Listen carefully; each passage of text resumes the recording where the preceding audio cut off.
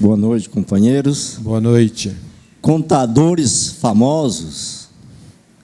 O filme O Contador, tendo o astro Ben Affleck como o protagonista, narra a história de um contador cujo dom para decifrar equações matemáticas, o conhecimento dos meandros, legislação tributária internacional e sua obsessiva necessidade de chegar no final ao melhor resultado possível, que faz dele um consultor muito bem remunerado e altamente solicitado por ricos e poderosos.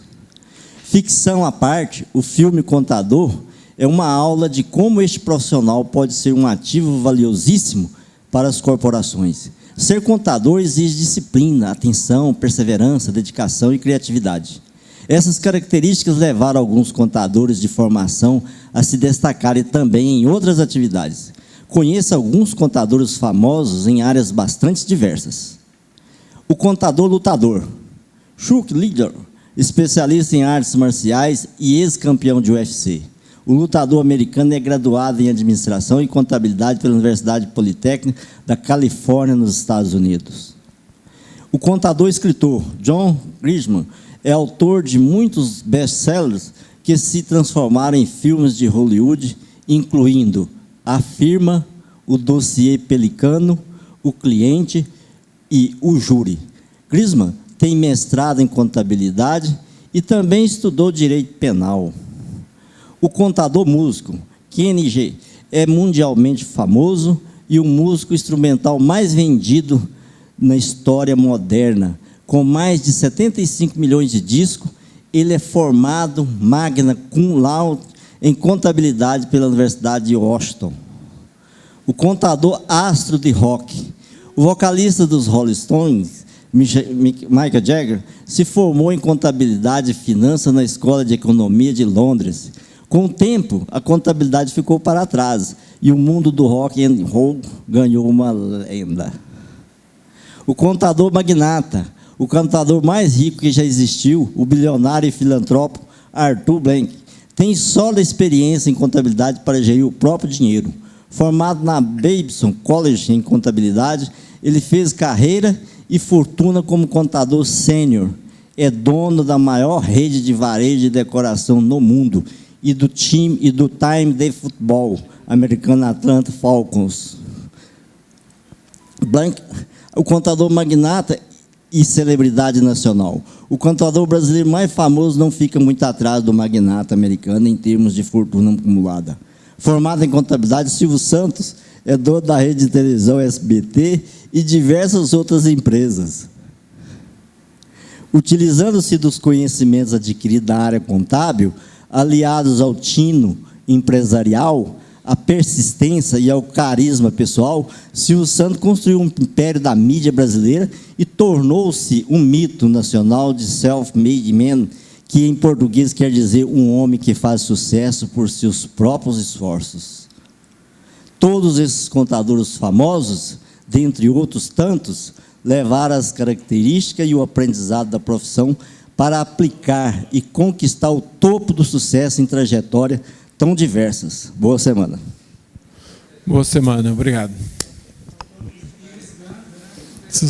Esses contadores difíceis, moço. Só conheço o Silvio Santos, moço. Que isso? Ah, o Mick Jagger, é isso aí. Que o Mick Jagger era contador também não sabia, não, moço. Tá doido. Tem pauta hoje? ISS de escritório de advocacia. PIS, COFINS de autopeça. A minha é DCTF inativa. DCTF. Empresas nativas. O Arnon aí que é uma. Ah, o Arnon já falou. É verdade. Vamos começando aqui então. Vamos lá com. Esqueci de novo. Fala seu nome aí de novo. Um dia nós decora. Cleomir. Cleomir. Rapaz, eu não decoro esse nome de jeito nenhum, moço. Fala aí, Cleomir, sobre o ISS. Não, eu quero saber como que é cobrado a empresa do Simples Nacional o ISS de escritório de advocacia. Vamos perguntar para o nosso advogado Ronan aqui, que deve saber tudo. Não sei nada, é tão difícil, é tão simples e tão difícil, né? Porque na parte operacional do escritório e tal. Mas o escritório de advocacia, colega, se não tiver mudado alguma coisa, ele é recolhido separadamente da receita bruta do escritório, certo? Que ele está lá na tabela 3, não é? O escritório de advocacia. Estou correto ou não?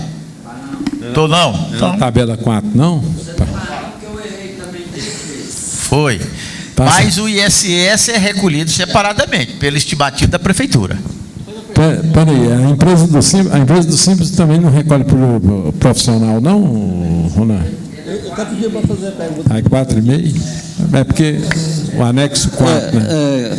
Escritório de advocacia é cobrado da mesma forma de escritório de contabilidade pelos sócios? É isso que eu quero saber. Só que o escritório de contabilidade não precisa estar no anexo 4, né? O escritório de contabilidade, ele vai para o anexo 5 ou então o anexo 3, dependendo do fator R. Ah, não, o escritório de contabilidade não tem fator R para ele, não. Tem não. Vai direto. Mas e o ISSQN não é recolhido separadamente? O ISSQN, por isso ele vai para a 4 e aí você lança a 4, ela não é anexo 4, é tabela 4, aliás. Anexo 4. Anexo 4, isso, que aí é como fosse substituição. Por quê? Porque ele paga pelo profissional, é direto. Entendeu? Então, é isso que eu quero dizer, o valor estabelecido pela prefeitura por cada profissional, separadamente e apresentado na receita bruta. Não é pela receita bruta. Não, mas estou dizendo o seguinte, o ISS ele é pago fora da receita bruta do escritório. Na verdade, ele não, porque é sociedade civil, né? Aí, por ser, aí ele paga pelos profissionais. Na verdade, sobre o faturamento, não tem ISSQN. Resumindo, colega. Aí você paga 4,5%. Quando eu peguei, até dos meus advogados, eu estava calculando pela A3, estava saindo 6%. Aí eu peguei o cálculo anterior, eu fui lá, olhei os cálculos anteriores na DAS, é que eu percebi isso. Entendeu? Pois é, então é o seguinte, você pega a tabela estimada, determinada pela prefeitura, fixada pela prefeitura, recolhe pelo número de profissionais e na receita do escritório você aplica as outras operações do anexo 4. Vamos ver o presidente aqui. Só a parte da receita mesmo. Deixa o Everaldo falar aqui. Não, está tudo certo aí. Falando, liga seu microfone aí. Seu microfone está desligado. É mais ou menos igual o escritório de contabilidade que ele está falando, só que Está ligado não, Everaldo. eles optaram pelos anexos 4. Optar pelos anexos 4. Então, é como o ministro falou, você, como funcionários profissionais, ele obrigatoriamente, ele terá que registrar lá na OAB. Então, é caracterizado profissional, porque se fosse contador, se ele tivesse registrado na junta comercial, teria que recolher pelo faturamento. Mas como, no meu caso, eu recolho sobre cada sócio, porque eu sou registrado no cartório e os advogados é registrado na OAB. Deixa o Wagner dar o pitaco.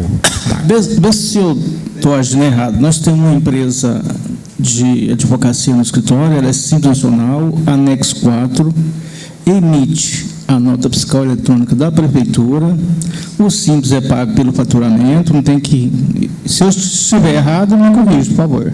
Mas ele paga o prolabore dele normal e paga o Simples e nada mais. Se tiver mais alguma coisa, eu estou comentando erro. E o ISS do advogado?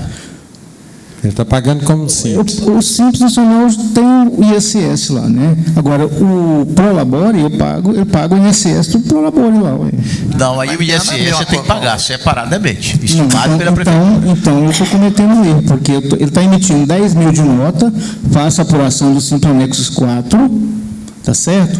Paga o PGDAS, só isso. Não, às vezes você pode observar, então, tem a pendência da prefeitura, é o ISS. Mas Relativo proporcional. Mas o pejo está saindo no ISS? Não, mas às vezes está saindo que você está deixando de emitir lá a parte do advogado, que ele é calculado pelo número de profissionais. Tiver um profissional, que ela pode ser uma sociedade única de advogado, pode ser só uma pessoa jurídica. Esse é um pessoal lá. Pois é, ele vai recolher o ISS dele e mais o da Receita Bruta no anexo 4. Então eu estou cometendo erro, então eu tenho que fazer a retificadora lá, então, porque... Pode observar isso, você vê. Mas dá uma verificada, é o seguinte: você pode fazer uma opção, o planejamento tributário. Se você recolher por profissional, ficar mais barato, você vai recolher por profissional. Certo? Acho que tem a opção. Tenho quase certeza, não vou falar não. A cada sócio. Eli, mas Ronan, me perdoa se eu estiver cometendo erro. Ele tem o CAI da prefeitura, né? Tem, a empresa, né? Que permite emitir nota eletrônica. Além disso, ele tem que ter um cadastro também da pessoa física também? Não é o cadastro, é o fato dele, pela empresa, esse é o Código Tributário Municipal, estabelece isso, assim como os outros profissionais também. O profissional liberal recolhe o ISS separadamente. Mas aí você está falando de um escritório grande. Eu tenho uma empresa só de um sócio.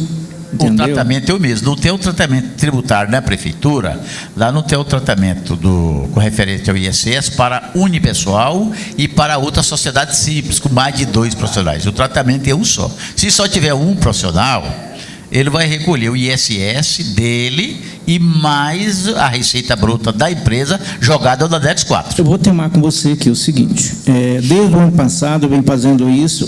A prefeitura não tem no ECAC lá da prefeitura, que agora tem aquele ECAC da prefeitura, não tem nenhuma mensagem, nada. Ele tem certidão negativa, tem tudo. É bom observar, sabe? Observa para não ter surpresa, né?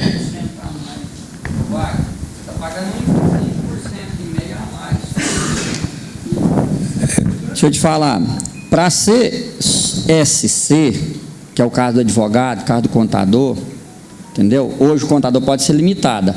Aí o limitada, mas mesmo sendo limitada, você tem a prerrogativa de pagar, que é uma briga que o Everaldo fala sempre, isso, que eles queriam tributar pelo faturamento, mas para o advogado, para o contador, o profissional tem essa prerrogativa. Aí, só que a diferença é que você tem que ter o cadastro, pessoa física, entendeu? Como profissional. Aí você paga, você está pagando 1,5%. Não, na realidade é porque a prefeitura não te incomodou porque você está pagando mais. Eu pago você for pagar pela quantidade de sócios, não, em relação aí você paga fixo. Em nome da empresa. Você paga fixo. Qual que é a alíquota do Simples? No Simples é 2%. E aí você vai pagar fixo, um valor fixo. Que é, hoje é 70, né? Não. 82. A 182 por profissional? 102, né? Pois é, eu pensei que era 102. Pois é, 102. Ele tirou uma nota de 10 mil, ele está pagando 2%, está pagando R$200. Se ele pagar por profissional, vai pagar 180. Então ele está pagando um pouquinho a mais. Deixa eu só ler aqui o negócio aqui ali. O manual esclarece como advogado deve pagar o ISS. Como forma de esclarecer possíveis dúvidas referente ao pagamento do imposto sobre serviço de qualquer natureza e ISSQN pelo advogado e indicar os procedimentos para os novos profissionais, o assessor jurídico da OAB, Gustavo Coital, esclarece que o recolhimento de ISS da sociedade de advogados se dará mediante a aplicação de alíquota fixa, de acordo com o número de profissionais habilitados que integrem o corpo social da mesma, conforme decisão exarada pela ação promovida, coital. Então é isso aí, pelo número de advogados. Se você é unipessoal, tem é um só. Mas separado. Separado. Anteriormente, a prefeitura, quando existia, ainda existe, a firma individual, a prefeitura não dava o mesmo tratamento para a firma individual. Você teria que pagar pelo faturamento. Agora, como tem a sociedade unipessoal, EIRELI e a limitada normal, Então a prefeitura não pode discutir. Mas quando era empresa individual, ela não aceitava recolher pelo o número de sócios, ela teria que recolher pelo faturamento. Vamos aí com o Arnon, então, vamos falar do PIS/COFINS no autopeças. O Eli, eu vi o Júnior falar demais desse negócio desse PIS/COFINS aí, para autopeça e tal, sim de loja. Isso aí era uma liminar, me parece, né? Me parece que agora saiu decisão do Supremo, podendo recolher de 5 anos para trás, né? Na verdade, eu não tenho autopeça. Eu tenho uma troca de óleo e esses advogados estão igual urubu na carniça atrás desse tal, essa diferença do PIS/COFINS aí, né? Aí chegaram lá no meu cliente e falaram nesse trem. Não, você lá é filtro só. Aí eu falei, não, mas para aí, é troca de óleo, lubrificante. Não, mas o filtro contempla e tal. Alguém tem troca de óleo? Na realidade, o que acontece? O óleo que não você falou aí é tirar o PIS/COFINS da base de cálculo do ICMS, que tem ação, tem tudo. Quanto ao PIS/COFINS em autopeças, ou praticamente em muitos itens que você tem que olhar, é que eles são monofásicos. Então, você tem que olhar a MCN dele. Então, se tiver dentro do monofásico, a cadeia para frente não paga. Entendeu? Então, obviamente, lubrificante, gasolina, praticamente 100% das peças de autopeças são as indústrias faz a substituição tributária do PIS/COFINS. Então, o produto vem como monofásico. Se ele vem como monofásico, pagou a única vez. Daí para frente, a cadeia é... O lubrificante também entra? O lubrificante ele entra como monofásico? Ele é derivado do petróleo, né? Certo? Então, ele é monofásico. Aí, na hora... Se você tira nota de revenda dele e a prestação de serviço da troca de óleo, ou ele só vende? Não, ele só vende. A troca é por conta. Então tá, ele não tem a prestação de serviço, ele tem só a revenda, né? Então, se ele revende, tira nota de revenda, ele é monofásico. Você não vai tributar ele no PG-10, você põe lá como monofásico. Aí diminui lá o PIS/COFINS. Você vai pagar o simples, excluído do PIS/COFINS. Nesse caso, então, que é óleo, lubrificante, lá exclusivo, lubrificante e filtro, então eu posso tacar a exclusão 100%. Por exemplo, vendeu 100 mil, posso excluir 100% do PIS do COFINS, então? Se for só esse produto, sim. Você vai desonerar ele lá no PG-10. Ele fica desonerado lá, porque ele é monofásico. E pode pedir dos últimos 5 anos para trás? Você pode retificar os seus PG-10 e requerer a receita. Está tão simples fazer isso aí que até uns malandros aí estão fazendo sacanagem. Não, os caras tá igual o urubu na carniça. Tá uma você faz ele faz o PG-10 tal, e a receita acredita na conta pessoa jurídica. Então isso pode ser um processo administrativo, não precisa nem ser judicial, não? Não, administrativo. Retifica o PG-10 e dá entrada lá na... Dá entrada. Num processo administrativo? Não, mas no caso processo administrativo é um dossiê. Você demonstra. Eu estava pensando nesse trem, porque como ele tinha filtro e lubrificante, para mim que o lubrificante... Agora tem que ver se compensa a trabalheira que vai dar, né? Não, mas lá é... O quê? Dá uns R$1.000 por mês? Eu acho que dá. PIS/COFINS? Eu acho que vai dar por isso, sim. Qual que é a média do DAS dele recolher? 150 mil por mês. Não, qual a média de DAS que ele recolhe? Pra te falar a verdade, não lembro não, porque meu filho é que faz esse trem. Tá certo. Troca de óleo.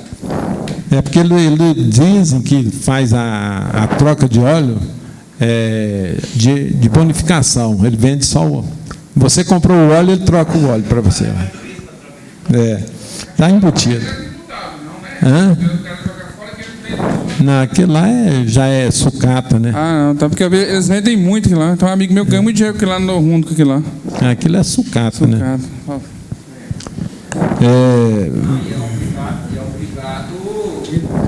Não, na verdade, você até alertou do negócio, descarte. eu vou observar.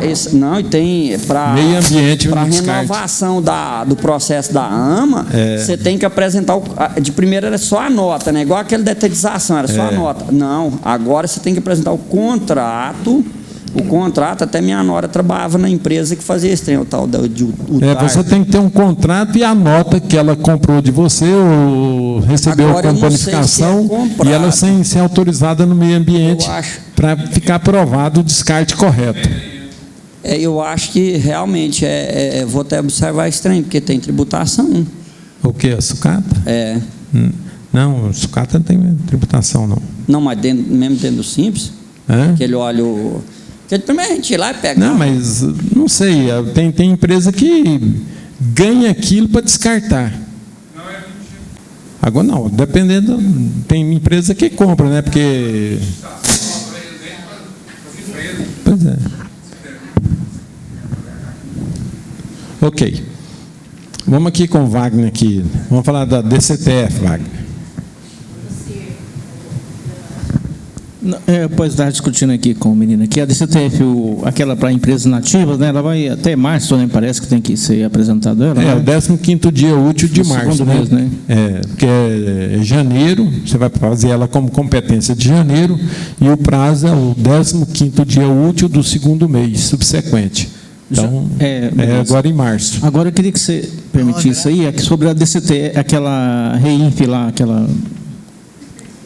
Parece que eu estava conversando com um colega, parece que está obrigado as empresas presumidas, algumas empresas presumidas, eu estou em dúvida com relação a isso aí. Do Amanhã você liga para a gente olha lá para você. De REINF eu não estou meio por fora ultimamente. Quem quer responder aí da REINF? Agora o DCTF que está falando não é mais inativo, certo? É sem movimento, porque até 2014 ele Pois mas sem movimento para as inativas e para as sem movimento mesmo, né? Quem quer falar sobre o REINF aí para o Wagner? Eu estava trocando uma ideia, conversando até com o Wagner outro dia. E eu fui pesquisar, tem colegas aí que estão enviando a REINF negativa todos os meses. Tem outros que enviou só no mês de janeiro. E tem outros que não estão enviando nada. Entendeu?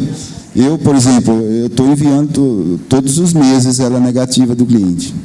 Mas ela tem a mesma probabilidade da DCTF negativa. Você enviou uma só quando você estiver na movimentação novamente. Mas o nível de informação disso aí está muito vago, está muito falho. Não está tendo, não. Viu? Tá, inclusive, parece que tinha uma portaria aí suspendendo a entrega da REINF. Porque você já faz o SPED de contribuições, que tem PIS e COFINS. A REINF seria para o DARF de retenção mas para as empresas do segundo grupo, têm que enviar. E parece que ainda não sei. As empresas do segundo grupo é obrigatória.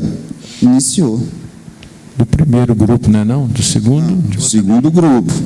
Segundo grupo, que é as empresas até menos de 78. Até 77, 99. Abaixo de 78, todas estão obrigadas.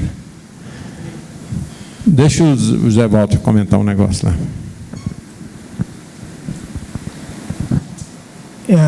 Boa noite. Só um alerta à DIRF. Nós estamos no final, né? Temos que fazê-la até dia 28, que é dia 29, sábado. Sábado. E também outro detalhe é o seguinte: os empregados que estão vinculados ao sindicato do comércio, dos empregados no comércio do Estado de Goiás, eles estão no dia, me parece que é 27, segunda-feira próxima agora, é feriado para eles, que vai estar substituindo o dia do comerciário. Então, para a gente ter esse cuidado, que os empresários estão sempre procurando a gente. Na realidade, a segunda-feira de carnaval foi trocada pelo dia do comerciário no último sábado de setembro. Exato. Então, o comércio não pode desconhecer isso. Realmente, o comércio vai ser fechado. Agora, a terça-feira de carnaval, você tem que verificar a lei municipal, porque dependendo do município, se ele decretar que é feriado, você tem que acatar. Se não decretar, ou se não, das convenções coletivas. Se não for feriado e nem as convenções coletivas determinar que é descanso, e o empregado é obrigado a trabalhar. Agora, se o patrão der folga para ele, o patrão pode exigir de compensação de horas durante o período de trabalho. Entendeu? Mas ninguém está preocupando com essa terça-feira. Terça-feira já é normal. Uma coisa até que eu não estava falando, nós temos que ter muito cuidado, acredito, que só os empregados que estão naquele sindicato, mas não necessário sindicalizado, porque o sindicato, quando faz a convenção, faz para a categoria e não para os associados sindicalizados, não é isso?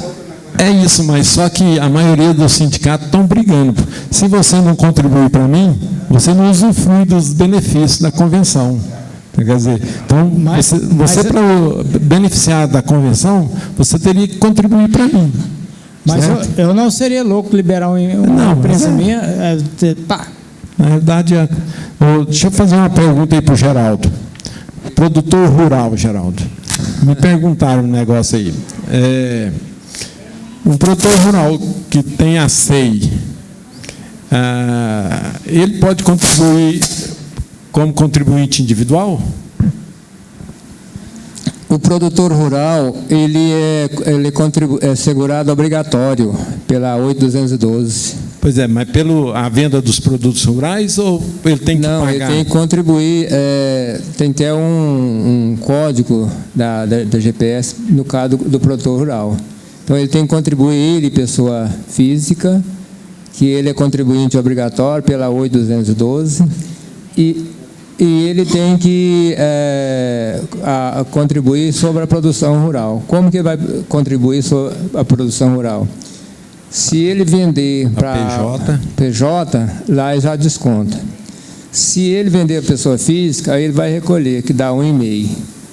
Agora, se ele não quiser recolher esse 1,5 e nem fazer a retenção, aí ele vai recolher na folha, que é os 20% na folha lá, para substituir essa previdência da Receita Bruta. E como contribuinte assegurado, lá ele recolhe 20% ou 11%?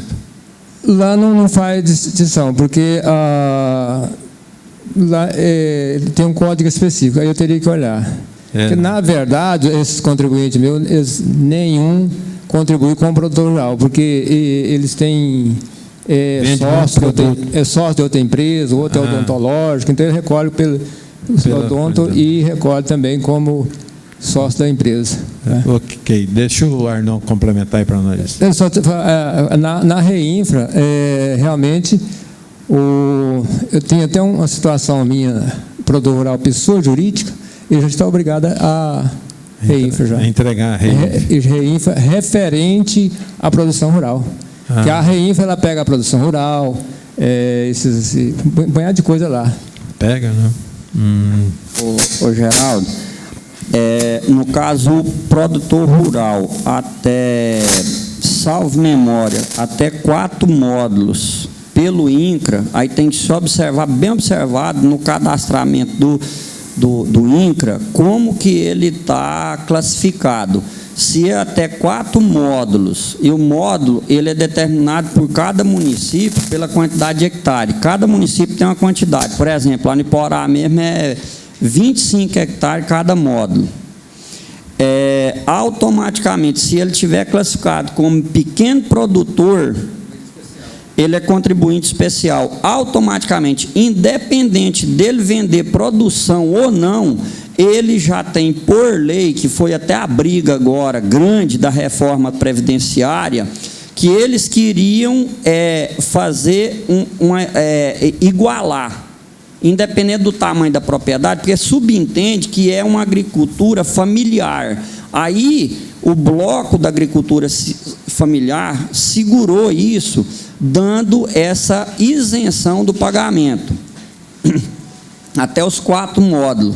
Independente dele vender ou não, a lei entende que ele produz para subsistência, ele tem assegurado um salário mínimo como benefício.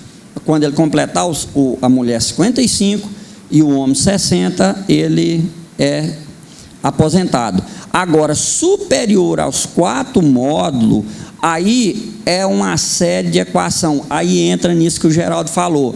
Aí ele passa a ter contribuição obrigatória. Ele passa a ser obrigado a contribuir. Se ele fizer a venda, igual, por exemplo, o tio meu vende para Piracanjuba, aí lá ele já faz a retenção. Aí ele vai observar, geralmente hoje ele está vendendo aí entre 12 e 15 mil, a retenção dos 2,5, eu até levei um dia conversando com o Jorge lá na Receita Federal, eu levei a ideia para o Jorge e ele gostou, a gente vai até trabalhar isso depois, para acabar com essa brincadeira, essa parafernália, e se fazer a equação. Falei para ele, Jorge, por que a Receita não faz o MEI do produtor rural até 120 mil, que é a isenção lá, 120, 140, porque ninguém contribui. Se você fizer o MEI, que seja os R$50, passe isso obrigatório e tal, e acima disso, até 4.800, passa para o simples rural. E como? A tributação, aí acaba com esse negócio de retenção e tal, e pagar em cima da alíquota do Fundo Rural, que é hoje os 2,5, pronto, acabou. Você vai de 150, acho que o produtor rural 140, aí o MEI, ele paga fixo, R$50. Eu ainda dei o exemplo para ele, falei assim, ô Jorge, quantos milhões de produtor não tem que não paga R$1? Ele falou, cara, você sabe, R$50 vai dar uma base boa, né? E eu falei, e outra, Jorge, vai simplificar, e outra.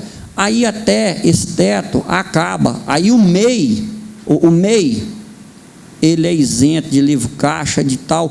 Estava naquela briga do livro caixa. Pode ser até que o Jorge, como o Jorge é executor da lei, ele possa até sugerir. Não, ele falou, não, volta aqui depois para nós discutir esse trem. Aí quem disse que nós teve tempo? E aí simplifica para o produtor, simplifica para o contador, simplifica para todo mundo e a arrecadação aumenta, entendeu?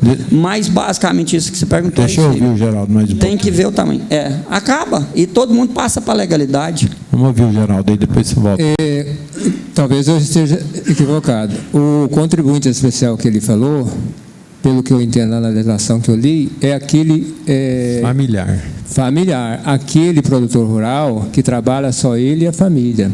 Ele pode pegar serviço de terceiro, tem um certo limite lá. Aí esse pode ser o especial. Mas no caso do Eli, eu acho que ele perguntou, não é o familiar. Porque se for familiar é a situação. Não, na realidade, quem me consultou é familiar e é pequena. É pequeno. Esse módulo não fala 4 módulos na legislação. A legislação fala aquele familiar. Que trabalha ele e a família. Aí ele não tem que contribuir no carnê, não, tá? O familiar não precisa? Não precisa. Se ele estiver ele tem que, eu acho que tem que fazer o cadastro lá na Previdência como especial também, tá? Agora, ele, sendo contribuinte especial, ele e a família. Aí ele falou assim, desconto... Mas quando é produção familiar, ele não pode ter um ACEI para registrar ninguém. Não, ele não pode ter. Porque é familiar, né? Vai ser registracionário. Aí já deixou de ser especial, porque não está ele e a família. E o desconto 2,5, para mim o desconto é 1,5. Passou a 2018, 1,5. Que inclusive a contribuição do produtor rural agora, pessoa física, é 1,5. Da pessoa jurídica é 2,05. Quando ele vende para a pessoa física, ele vai recolher 1,5 dentro da GPS. Se ele é produtor rural, a pessoa física, dos empregados é 2,5. Desconta e mais 2,7. Esse é do empregado. Empregador, 2,7, né? O que está descontado, 8, 9 ou 11, que agora vai ser até 14, né? E mais 2,7, que é do empregador. Aí lá na produção, ele vai recolher um e-mail, ou vai ser descontado lá quem comprou dele, pessoa jurídica. Se ele vender para pessoa física, aí ele vai ter que fazer uma GFIP de referente, esse vendeu para pessoa física e recolheu um e-mail. E vai na mesma GPS? Não, são GPS separadas. Separadas? Agora, se ele não quiser recolher sobre a receita, aí ele já vai incluir lá 20% na folha. Sobre a folha. Sobre a folha. Tá? Só os 20% ou tem mais os dois? Parece que tem lá mais umas coisinhas lá. Tem os 2,7, a não lembro mais quanto mais é, não, 20%, mas parece que tem mais dois. Tem mais as coisinhas lá. Tem, né? Pelo menos os que eu cuido lá, os produtor rural, na folha nenhum compensa. Tudo está recolhendo pela receita. Vamos ver o que o Fábio tem ali para nós. Fala aí, Fábio. Sobre o que o Arnon falou. Lá na 8.212, artigo 12. São segurados obrigatórios da Previdência Social as seguintes pessoas físicas. Aí vem aqui o inciso 5. Como contribuinte individual, a linha A. A pessoa física, proprietária ou não, que explora atividade agropecuária a qualquer título, em caráter permanente ou temporário, em área superior a 4 módulos fiscais, ou quando em área igual ou inferior a 4 módulos fiscais, ou atividade pesqueira com auxílio de empregados ou por intermédio de prepostos, ou ainda nas hipóteses dos parágrafos 10 e 11 deste artigo. Ok. Só não fala aí o tamanho desse módulo. Como ele falou, é por município, né? Fala aí. Aí o INSS, na hora de fazer essa apuração, por isso que ele jogou essa questão. Até 4 módulos, aí ele puxa pelo município. Até 4 módulos, se ele não cair na condição de empregador, aí, por quê? É pelo tamanho da propriedade. Porque de primeiro, o cara tinha uma fazenda de 500, 600 alqueires, e ele não contratava ninguém, chegava lá. Aí, por isso que mudou essa classificação pelo tamanho da propriedade, até pela lógica. Que o cara com uma propriedade desse tamanho, ele não dá conta de desenvolver o trabalho nela. Até 4 módulos é pequena propriedade, depois ela passa para a média e depois para a grande. Entendeu? E aí vai a sucessivo, automaticamente, o que não é isento, ele é isento do pagamento, desde que não tenha o que ele falou. Empregado. Porque às vezes ele pode ser um pequeno e se ele empregado. Tem um empregado, aí se ele registrar a carteira daquele camarada, aí ele passa a ter que pagar. Pois é, perde o benefício. A da isenção. Aí ele passa a ter que pagar a parte dele também. Ô, Maurinho, leva ali para o Cleomir para nós. Só que vai descobrindo aí quanto tem do Cleomir, né? Vai descobrindo aí quanto que é o tamanho do módulo. Eu quero aprender o módulo. Bom, peraí, deixa eu falar, depois eu volto para você. A minha pergunta é o seguinte: eles estão dizendo aí que a pessoa é obrigatória a pagar o INSS. Qual que é a base de cálculo? E se a pessoa for aposentada, ele é obrigado a pagar? Por tempo de serviço? Não, aposentado, por tempo de contribuição. Tempo de contribuição. Então ele tem que pagar. Se ele for por tempo de contribuição, ele tem que pagar. Certo, mas e qual que é a base de cálculo para ele pagar isso? Ele é um fazendeiro lá, né? E isso vai colocar o que? É um prolabore? Como é que funciona na prática? Se ele tirar... Não, aí pessoa física não tem prolabore. Tem o prolabore quando é empresa, sócio de empresa. Né? Então ele não é uma empresa, ele é produtor rural, pessoa física. Né? Pois é, aí ele vai pagar o mínimo. Pagar o mínimo. Não, mas se ele quiser contribuir para aposentar, ele pode estipular um valor, então.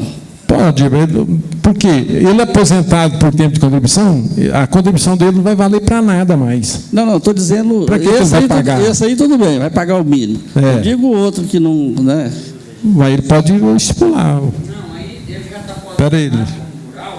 Dá meu microfone para você aí também. Aposentado como comerciante. Né? Aposentado, ele é aposentado, tem fazenda...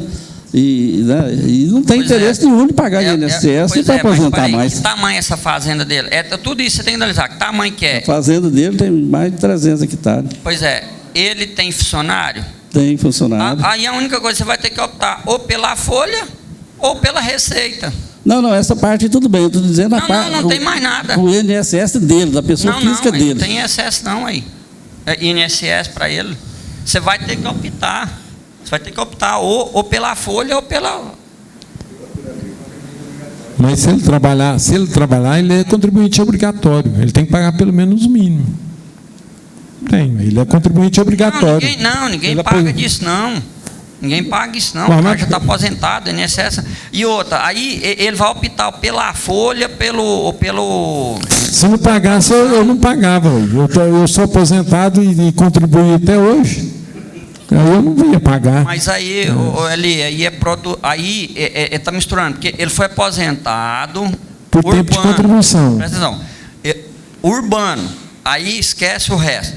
Urbano, ele aposentou urbano. Agora ele está operando rural, entendeu? Mas o rural não é contribuinte obrigatório? Contribuinte obrigatório. Se ele é contribuinte obrigatório, ele está na atividade produtor rural. Para aposentar, ele já é aposentado. Mas não tira a condição. Se o INSS cismar que ele trabalhou lá, exerceu a atividade produtor rural, ele tem que pagar. O que ele vai recolher é para a questão dos funcionários. Ele vai optar pela receita ou para o funcionário. Pois é, ele está pagando pelos... Você vê que... obrigatório de quê? Fala aí, Geraldo. Você está atropelando, porque ali está certo. Ele é contribuinte, mesmo ele sendo aposentado, ele é contribuinte obrigatório. Ele está lá na legislação lá, ó. Então ele é obrigado. Agora, pagar eles não pagam. Eu também tenho um contribuinte, pessoa que não paga. Que a pessoa produtor rural é aposentado e ele não paga. Mas se o INSS cismar de cobrar, ele tem que pagar. Ele é contribuinte obrigatório. Ali está certinho. Pela legislação está na obrigatoriedade. Ele paga se quiser. Aí depois é uma questão de ser, como dizer, contemplado com a fiscalização ou não, né? Aí fica por isso. Deixa eu perguntar uma outra. Me perguntaram aqui e me fugiu a cabeça, eu não tive tempo de pesquisar. Às vezes vocês sabem. O MEI, quando ultrapassa menos de 20%, ele tem que recolher no DAS como simples ou como que ele recolhe? Primeiro ano. Não, fala aí. No caso do MEI, você vai, no mês que ela mudou, você já pede a transformação e você recolhe normal. Não, é o seguinte. Não. O que eu entendo é o seguinte. Porque aquela questão da empresa, sim, que aí ultrapassa o limite e tal. O MEI é a mesma coisa do simples. Só que eu perdi, eu não pesquisei e não olhei. Eu vi numas empresas lá, eu entendi que... Se eu não tiver, me desculpe se eu estiver errado, se eu não estiver equivocado, se você ultrapassar o limite no primeiro ano, você tem que retroagir lá e pagar tudo como Simples Nacional. Não, mas mesmo que ultrapasse menos de 20%? No primeiro ano, se eu não estiver equivocado, sim. Eu acho que não. Se você tivesse ultrapassado nos anos seguintes, mas no primeiro ano, você tem que retroagir. Pode eu falar aí. Mas mesmo que, eu acho que quando você supera 20%. Não. Dentro dos 20% você está assegurado. Se você ultrapassar nos anos seguintes, aí você vai gerar o DAR da diferença, aí você continua no meio. Tá, vamos. Mas se você ultrapassar no primeiro ano, você tem que retroagir lá. Se eu não estiver equivocado. A gente pode pesquisar. E no segundo ano, se eu ultrapassar no segundo ano... você paga a diferença e continua no... E a diferença eu recolho como simples? Não, aí... Porque o MEI é fixo. Eles geram a guia. Ele gera? Gera. Quando você vai fazer a declaração, já gera a guia.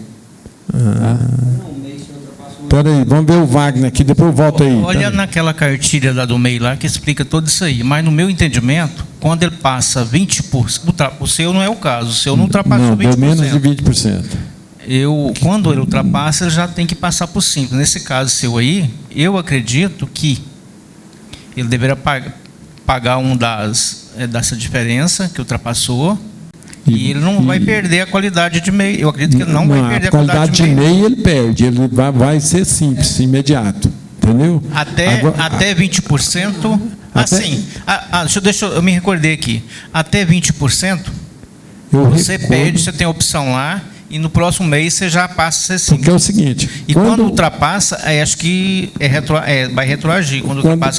Quando o Geraldo me deu entrou uma dúvida. Quando eu ultrapasso menos de 20%, eu vou desenquadrar do MEI, virar simples e recolher a diferença sem multa. Excesso de receita. Só corrigido. Só o dinheiro corrigido. Primeiro ano, certo? Agora, o Geraldo me logou um negócio ali que eu fiquei em dúvida, porque ele disse que é só o primeiro ano eu não tenho a vantagem dos 20%. Aí eu retroagi. Leva ali no Rainer para nós dar. Ele. Vamos, enquanto chega lá, fala aí, Fábio. Receita bruta que não tenha ultrapassado o limite proporcional em mais de 20% no ano calendário do início de atividade. Data de efeito de desenquadramento, 1º de janeiro do ano calendário subsequente ao da ocorrência. Então, só no subsequente no outro ano. Então, é como o Geraldo falou, ele vai pagar a diferença, né? Retroage para... Não, porque o Geraldo... E fala alguma coisa do primeiro ano aí? Continua no meio. Falou ali. Eu, para mim, tinha que retroagir mesmo. Peraí, fala aí. Ele desenquadra. Eu tive 4 MEI desse aí, esse MEI de enrola. Eu tive 4 dessa porcaria.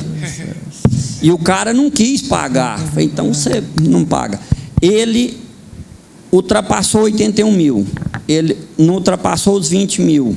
Ele vai desenquadrar a partir de 1º de janeiro do subsequente. O recolhimento, a partir do mês que ele ultrapassou, ele começa a recolher como simples. Estuda aí para você ver. Mas pela leitura que eu... Desenquadramento é uma coisa, recolhimento é outra. Pois é, mas a leitura que se eu estiver errado, depois eu falo que eu estou errado, tá? Mas por enquanto eu estou certo. Eu vou ouvir o Rainer. Vou ler aqui o que eu... Peraí, vamos falar. Peraí, Fábio. Um cliente que eu fiz um MEI para ele tem uma mini construtora. Então, ele é 80 mil reais é o MEI, né? E ele parece que chegou a 120 mil. Eu queria saber que eu tenho que... Os 80 mil, aí eu vou calcular em cima do que passou, é esse simples? Não, nesse caso aí, você ultrapassou 80 para 120, você ultrapassou 50%. Aí ele vai desenquadrar automaticamente. Você tem que retroagir. Pois é o que eu estou falando para ele. Peraí. Eu sei. Deixa eu explicar para ele lá. Peraí. Então, como você ultrapassou mais de 20%, você desconsidera todo o recolhimento que você fez no MEI, reivindica a devolução dele e calcula tudo como simples e recolhe. E com multas e juros. Tá? Não é só os 4 meses, não. Você vai retroagir a janeiro. Certo? Eu tenho prolabora e tenho empregado se tiver também. Não trabalho nada. Então,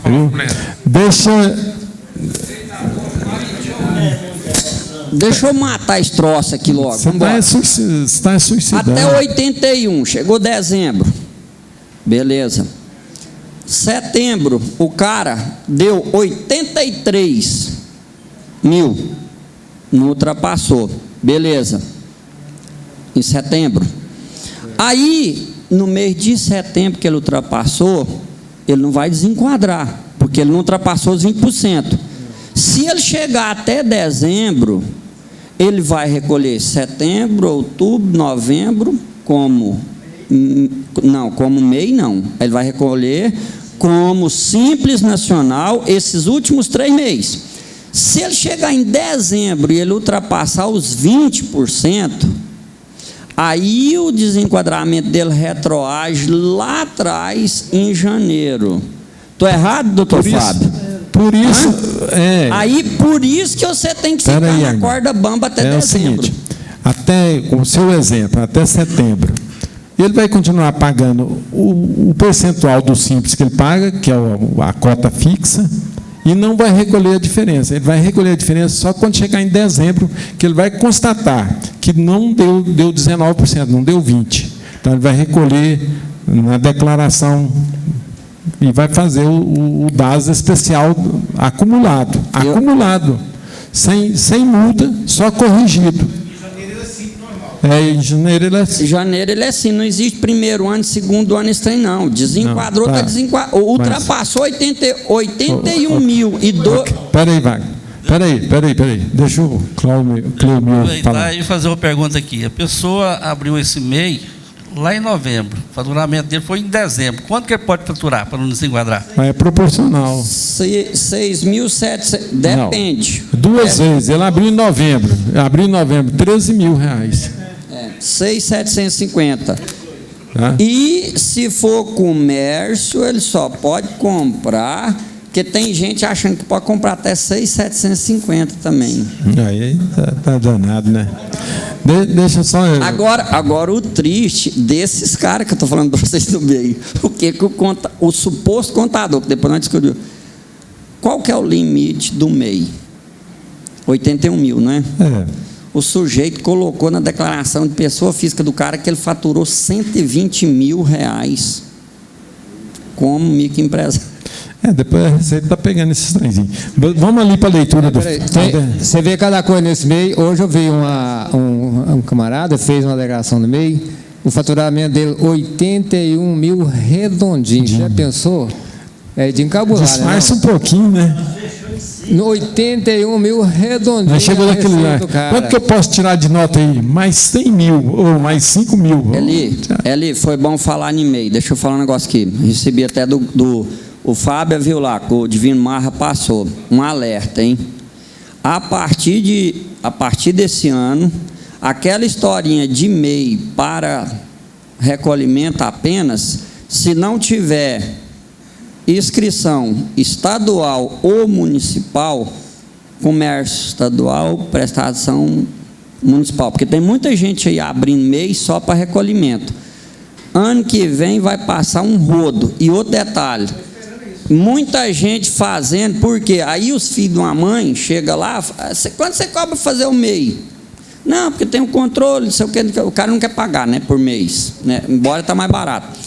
Aí ele vai e faz o quê? Chega lá depois só na hora da declaração. E tem muitos contadores, porque ele não fez o controle, ele não tem acesso à nota, ele vai lá e lança tudo zerado. Essas vão cair agora junho para julho. Por quê? É até maio, né? Quem lançar zerado, pode ter inscrição, pode ter o que for, vai ser cortado. Mas você sabe o que acontece? Primeiro, o próprio governo tem culpa nisso. Porque o que ele fez? Ele jogou em cima do contador o seguinte: o contador, em virtude de caído no anexo 3, foi o único profissional que caiu no anexo 3 para recolher mais simplificado. Ele falou que o contador ia dar uma assessoria de graça para os MEI. E aí o que acontece? O SEBRAE, mais outros órgãos por aí, põe um CUT na cabeça dos empresários MEI, que eles não precisam de contador. Aí o que acontece? Eles vão te procurar só na hora da morte. Né? Eles fazem o que aí declara 120 mil, declara não sei quanto mais, e isso vai acontecendo. E um detalhe, você está equivocado. Não é um dos grandes culpados é o governo, não é. O grande culpado disso tudo é o governo, entendeu? De ter criado esse MEI dos infernos, entendeu? Sabe para que esse MEI serviu? Igual eu falei para o cliente essa semana. O senhor lembra que o senhor me pagava meio salário daquela empresinha do senhor? Agora o senhor vai por causa desse MEI dos infernos aí para encher o saco, ainda mais no Canedo, de 20 para a Eterna é pouco para aquilo lá. Rapaz, eu falei, agora o senhor, em vez de pagar meio salário, o senhor vai me pagar 150 conto. E não queria pagar ainda não. Eu falei, o senhor não quer não? Pode levar essa porcaria, porque no Canedo eu não queria nem mexer com essa mercadoria não. Entendeu? Mas é isso mesmo. Vamos ali com a leitura do Fábio por enquanto. Fala aí, Fábio. Faz a leitura daquele artigo lá do MEI lá. Você já saiu da matéria? Já está. Você falou o artigo aí e tal? Ô professor. Fala, meu ilustre. Posso fazer uma pergunta aqui para o doutor Adair? Faz. Com relação àquela decisão nova do Supremo lá das férias em dobro, o senhor está por dentro de alguma coisa atual? O senhor chegou a ler? Não? Então tá. Então fala qual que é. Não, ele teve uma decisão agora. Aí não sabe, mas uma decisão do Supremo essa semana sobre as férias em dobro. Não se paga mais férias em dobro. Entendeu? Não. O que peraí só um pouquinho. Eu vi, inclusive, no jornal do Sinat, o seguinte, que um empregado reivindicou as férias em dobro porque foi avisado atrasado. E os juristas lá das câmaras de julgamento dizem que o aviso atrasado não caracteriza atraso nas férias. Então, ele perdeu a questão. O que eu vim falar foi isso, agora da questão de não se pagar mais férias. Eu não cheguei a ler a matéria, eu vi o tópico lá, mas eu não aprofundei na matéria. Esse foi um caso específico que ele alegou que foi comunicado atrasado e entrou na justiça para receber as férias em dobro. Foi essa a decisão do Supremo? Essa não chegou aí no Supremo, foi um julgamento da turma. Essa é a decisão do Supremo. Tá. Do Supremo eu não vi isso, não. Espera aí, então, vamos ver o Fábio aqui. É só uma forma resumida do que foi dito. Né? Se o faturamento do MEI for maior de 81 mil, porém não ultrapassar os 20%, que seria 97.200, né? O MEI deverá recolher os DAS na condição de MEI, porque ele não vai sair, o Wagner falou, até o mês de dezembro. E recolher um DAS excesso de receita, né, por excesso desse faturamento, referente a janeiro, que é pago em até 20 de fevereiro do ano seguinte. Certo. E qual artigo que você leu aí? O artigo eu vou lá na 94 aqui. Já e depois vê lá para mim que você falou no segundo ano subsequente. Ele estaria fora do MEI no segundo ano. Não, ele, nesse caso aqui, ele ultrapassou, ele vai pagar e vai sair do MEI. O próximo ano já sai do MEI. Né? Mas é porque na outra leitura você fez que era no segundo ano. Espera aí um pouquinho, deixa o Ronan falar. Porque ele cadastrou esse ano, é no próximo ano, por isso que fala segundo ano, entendeu? Ele é no próximo. Não, porque ele foi meio um ano, o outro ano. Um ano e no outro, é por isso que fala 2. Vamos Ronan aqui.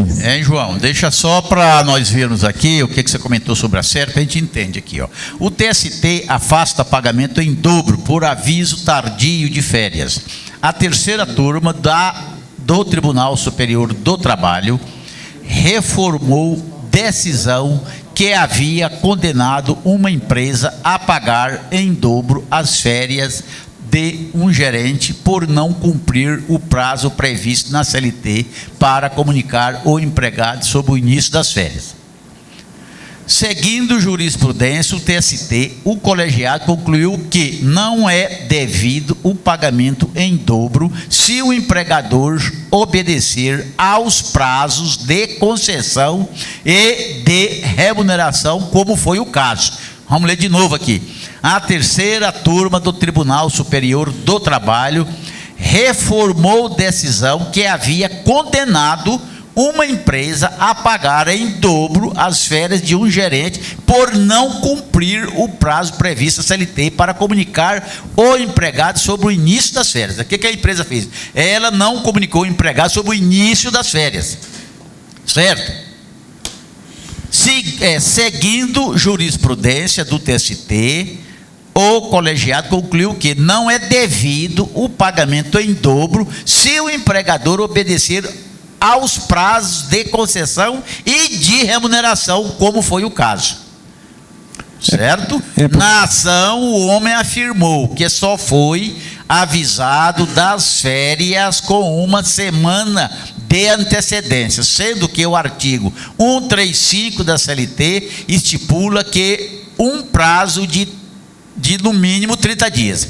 A empresa, em sua defesa, argumentou que a CLT só prevê a punição na hipótese de concessão fora do prazo e demonstrou que as férias do gerente havia sido usufruída e remunerada no período correto. O que aconteceu que eu entendi até agora aqui? Só porque não avisou ele 7 dias, ele queria receber em dobro. Avisou com 7 dias, mas pagou tudo bonitinho. Por isso que o Supremo não pagou as férias. Entendeu, João? Você está lendo aí? Tá, não, João está no mundo da lua. Ok, vamos para frente. Perdeu. Provavelmente o empregador dispensou ele. Vai lá, Fábio. Vamos ouvir aqui. Vamos ouvir a leitura aqui, pessoal. Resolução 140 de 2018, artigo 115, inciso 2. Né? O desenquadramento do CIMEI será realizado, aí, inciso 2, obrigatoriamente quando o contribuinte auferir receita que exceda no ano calendário o limite de receita bruta previsto no artigo 100, caso em que a comunicação deverá ser feita até o último dia do mês subsequente àquele em que o excesso se verificou, e o desenquadramento produzirá efeitos. 1. A partir de 1º de janeiro do ano calendário subsequente àquele em que o excesso se verificou, desde que este não tenha sido superior a 20% do limite previsto no caput. 2. Retroativamente a 1º de janeiro do ano calendário em que o excesso se verificou, se este foi superior a 20%. 3. Retroativamente ao início de atividade, se o excesso verificado tiver sido superior a 20% no limite previsto também. Está tudo na resolução 140, artigo 102. 115. Parágrafo 2º. Não. 115, parágrafo 2º. Então tá bom. Leva ali para o Wagner ali. Espera aí, pessoal. Vamos ouvir o Wagner aqui.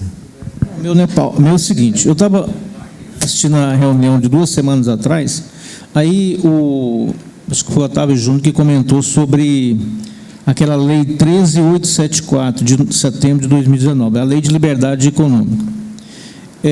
Porque é o seguinte, a prefeitura tem essa lei que beneficia o empresário, mas a prefeitura está com todo vapor aí, exigindo tudo, de repente está atropelando essa lei. E, pelo que eu vi nessa reunião 2 semanas atrás, que ia ter um evento com o pessoal da prefeitura para discutir esse assunto com relação a essa lei de liberdade econômica. Porque eu acho que é muito importante para nós contadores, porque está exigindo-se muitas burocracia na hora do alvará, que de repente nessa lei de liberdade econômica não é exigida. Então a gente tem que ter essa discussão. Mas você sabe o que acontece? É a medida provisória 899, que virou a lei 13, né? 881, verdade. Ela diz o seguinte: o governo federal isentou, mas depende do município e do estado. Se o município e o estado ele não é obrigado a acatar a lei. Se a legislação do município exigir, nós somos obrigados a fazer. Porque semana passada eu constituí 2 empresas lá no escritório, e no próprio sistema da Receita lá no DBE já sai a mensagem. Correto. Você confirma com relação a essa lei de liberdade econômica aí. Agora, o CNAE seu é de pequeno risco, médio risco? De pequeno risco. Pois é, segundo a lei federal, era para ser isento do alvará de funcionamento. Poderia abrir, né? Mas a prefeitura tem que se regulamentar, no caso seria. Né? No caso, a nossa prefeitura de Goiânia, principalmente, ela regulamentou exigindo. Mas é um caso a ser discutido, é um caso a ser trabalhado em cima disso aí, né? Agora, não somos nós contadores, apesar que tem gente que acha que é os contadores que têm que fazer isso, mas eu acho que deveria ser a associação, o sindicato de microempresa, o pessoal, a CIEG, Sindilojas, né? Que deveria fazer isso. Agora, eu acho que os contadores, infelizmente, tem o trabalho. Agora, a gente teria que cobrar por esse trabalho. Né? Ali, não adianta nada, você sabe por quê? Porque quem na hora que a onça bebe água mesmo, quem que chora e o filho chora e a mãe não vê, é nós. Não adianta, é nós na fita, mano. Seguinte, esse detalhe aí, o que ocorre? Beleza, libera do alvará, não tem problema, tá? Mas, por exemplo, você vai fazer uma prestadora de serviço, você precisa do CAI para poder emitir nota.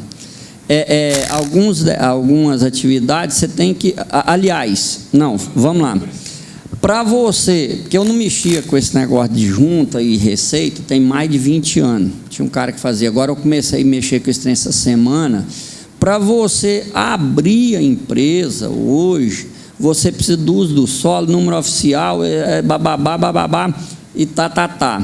E tem que estar o quê? Tem que estar lá publicado, entendeu? Com esse negócio da junta aí agora. Se não tiver publicado, você não consegue nem dar entrada na junta comercial. Então, acabou que de todo jeito, desamarra o cadastro de um lado e amarra do outro. Publicado em quê? Tem que estar publicado aí. Se não tiver publicado...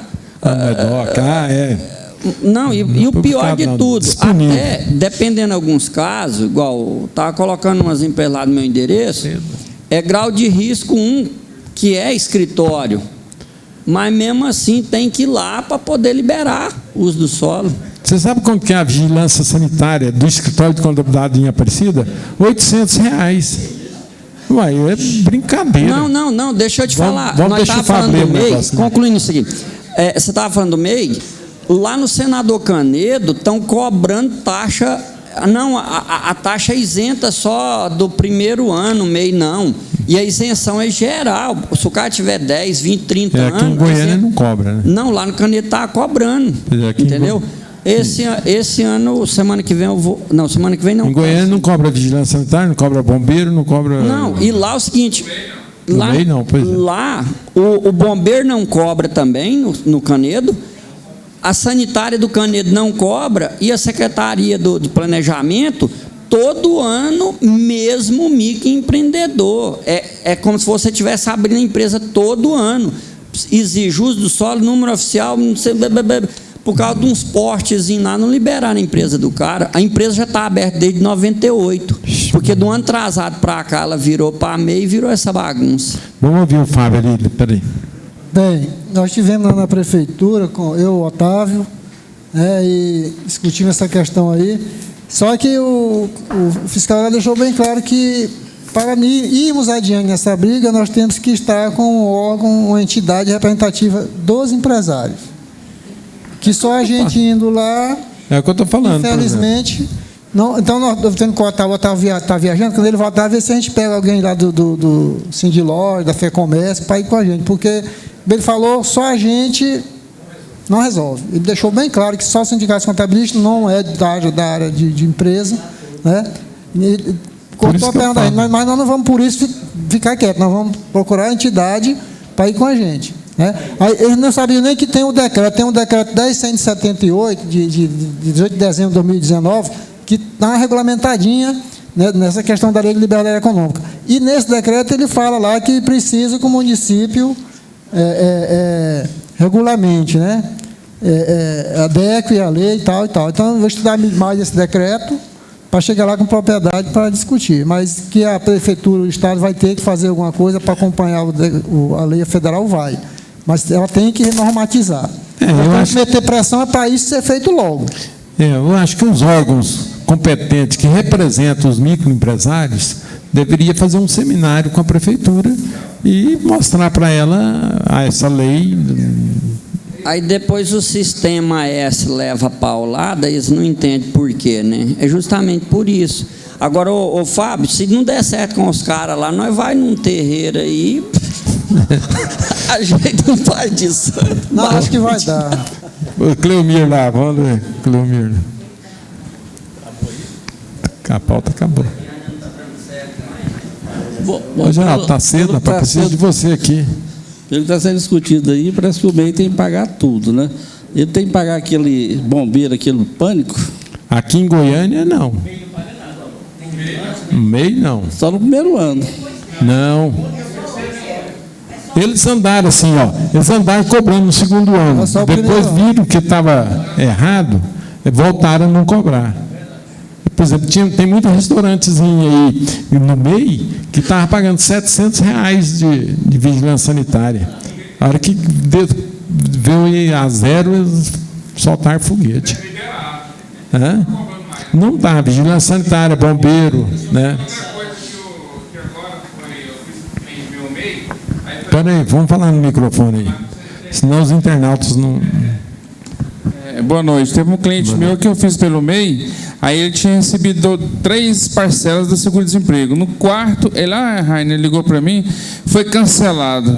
Mas não está cancelando, o governo liberou agora. Quem abre MEI recebe o seguro-desemprego normal. Para MEI foi liberado, porque estava tendo muito processo. Aí o governo pegou e liberou. A pessoa que abriu o MEI, aí ele me ligou, não, Rainer, eu conversei aqui com a gerente aqui do Ministério do Trabalho, vim aqui entrar no processo, ela me disse que todo MEI, a partir de algum tempo atrás, já está liberado. Mesmo abrindo a empresa e tendo seguro-desemprego, ele vai receber seguro-desemprego, não precisa nem estar com processo. Essa notícia é nova, precisa saber se realmente não foi engano. Ele foi lá, conversou com a atendente do Ministério do Trabalho aqui na Praça Cívica. Porque tem uns casos que eles, quando recebe, faz até devolver. Até eu achei estranho. Eu falei, mas você tem certeza, Guinaldo? Não, Rainer, eu conversei aqui com a moça, acabei de receber meu último salário agora. E não foi o primeiro caso, já teve 2 pessoas que receberam. Que eu fiz. Bom, o governo está bonzinho, né? Só o MEI, né? Microempreendedor individual. Outra empresa, não. Mas você é inativo, né, MEI? Inativo. Não, tá inativo, não tinha baixado nenhum. Pois é, está falando MEI. Inativo não entra nesse caso. Tá? Mais nada para perguntar? Só emoção. Então, uma boa semana a todos, uma boa noite a todos.